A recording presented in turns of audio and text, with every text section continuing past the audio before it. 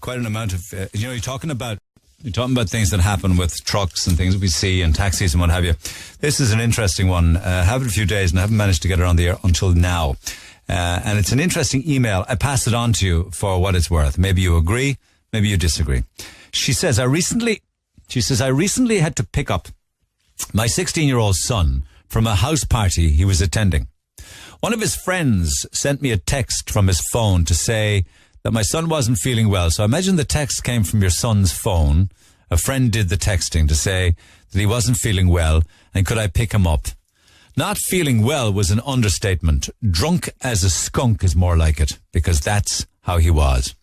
The following day, when he eventually thawed out, he's 16 now, I asked him, where did he get the drink from? Eventually, he gave in and told me it was from a taxi driver.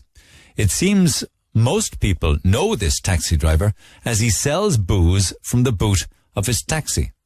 All you have to do is phone him up and he'll deliver the drink for the price of the fare and a markup of an extra few euro on the drink. So he charges you for the fare and a markup on the price of the cans or the bottles or whatever.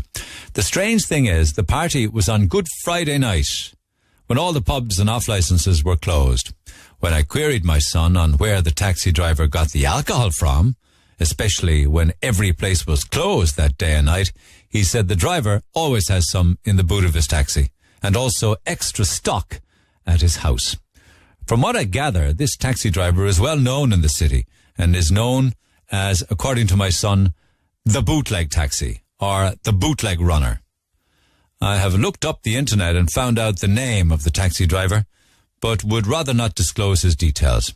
In fact, he's on some taxi forum or taxi blog telling stories of how he stays in shape by lifting up cases of alcohol to his apartment and then bringing them back down when needed to be sold. I will post a link of the blog below.